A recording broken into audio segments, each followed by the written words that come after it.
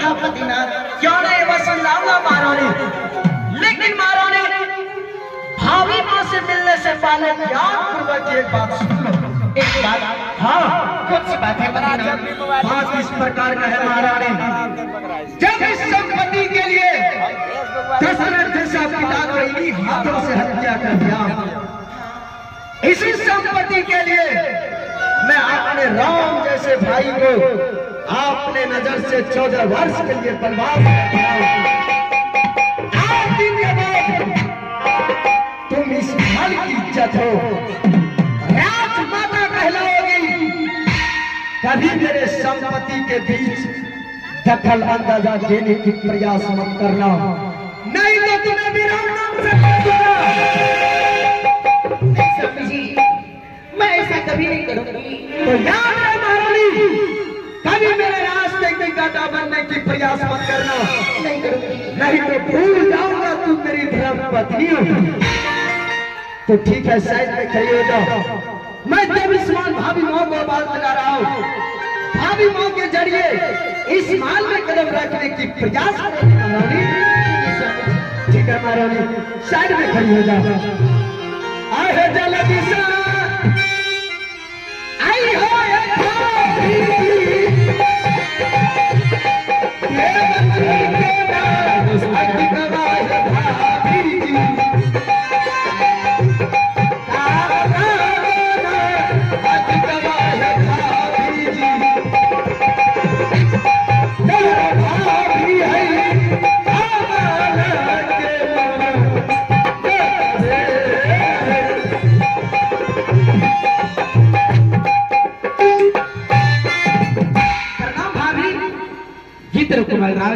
भाभी, इतना जोर जोर से क्यों आवाज लगा रहे थे? शायद आपको कुछ मालूम नहीं?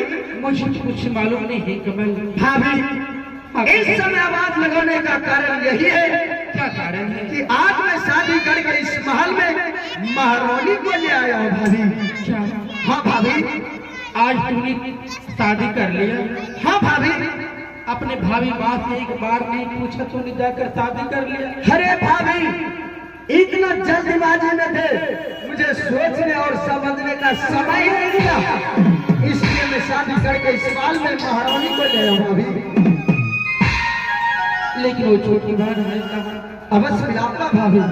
महारानी, जिस देवी समान भाभी माँ के बारे में बात कर रहे थे, यह वही देवी समान भाभी माँ है। इसे हमें जन्म तो नहीं दिया, बल्कि एक बचपन में इस बाल को छोड़कर मां स्वर्गवास हो गई, और एक बचपन से ऐसी भाभी मां ने अपने हाथों से मुझे पेश पालकर इतना बड़ा किए हैं, चलने के लिए सिखाई है। ये भाभी नहीं बल्कि मां के सम्मान में है।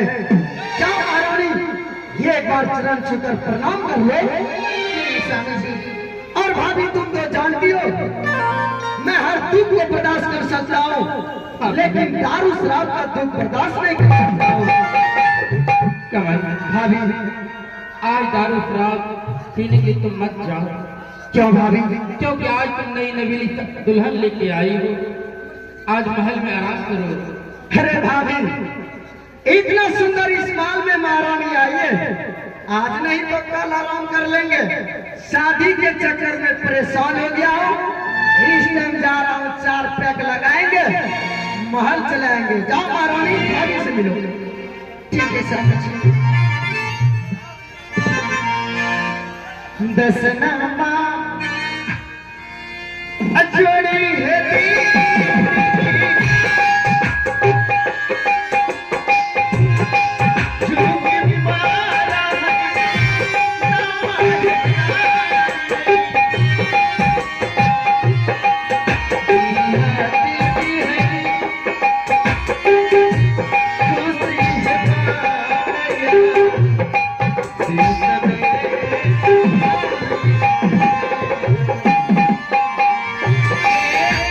Adiós.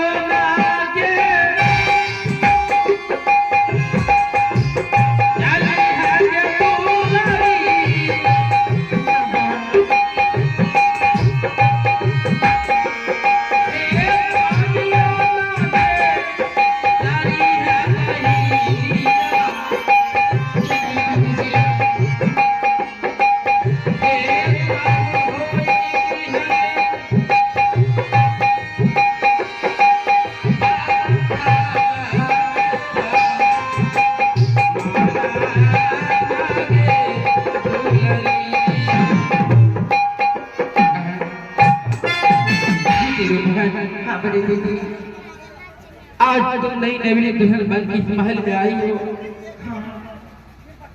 चलो महल में आराम करना यार। क्यों नहीं बड़ी बहन? ये बड़ी दीदी, हाँ बहन, मैं आपसे ये जानने के लिए चाहती हूँ, मैं इस समय नई नवेली दुल्हन बन करके आपके महल तक आई हूँ, क्या इस शादी में से आप खुश नहीं हैं? हाँ बहन, मैं तो बहुत खुश हूँ। मैं आपकी आंखों में आंसू देख रही हूँ। आंसू? क्या करोगी बहन? जिस औरत का पति घर में ना रहेगी तो आंसू नहीं बहेगा तो क्या वो कहत करेगी? क्या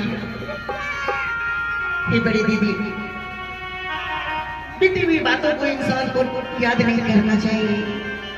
जो हो गया सो हो गया, और जो होगा वो भी अच्छा होगा।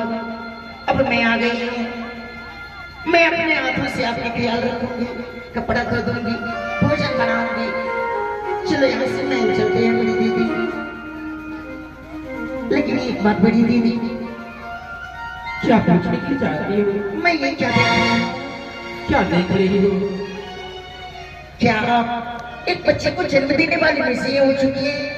लेकिन ये बात तुम्हें कैसे मालूम हो गई? बड़ी दीदी, हाँ, औरत को देखकर औरत समझ लेती है। औरत की हाल औरत नहीं जानेगी तो इस धरती पे कौन जानेगी बाहर? हाँ बहन, ये बात सत्य है। मैं इस महल में एक बच्चे की माँ बनने वाली हूँ, यानी गर्भवती हूँ मैं। ये बड़ी दीदी,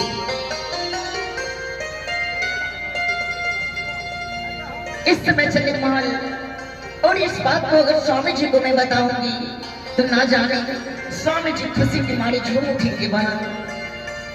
चले यहाँ से महल चलते हैं। हे अगदिना चल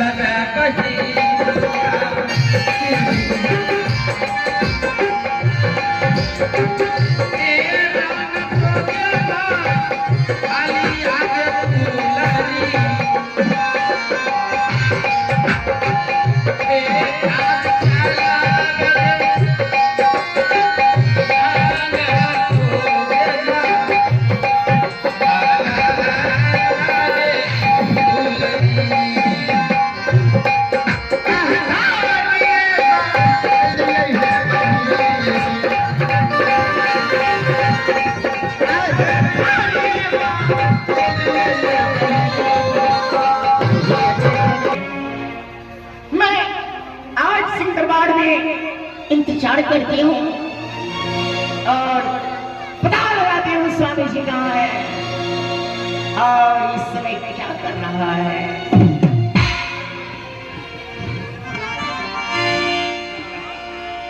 बिछड़े भी तो हम थोड़ा थोड़ा साउंड आवाज बढ़ा दीजिए।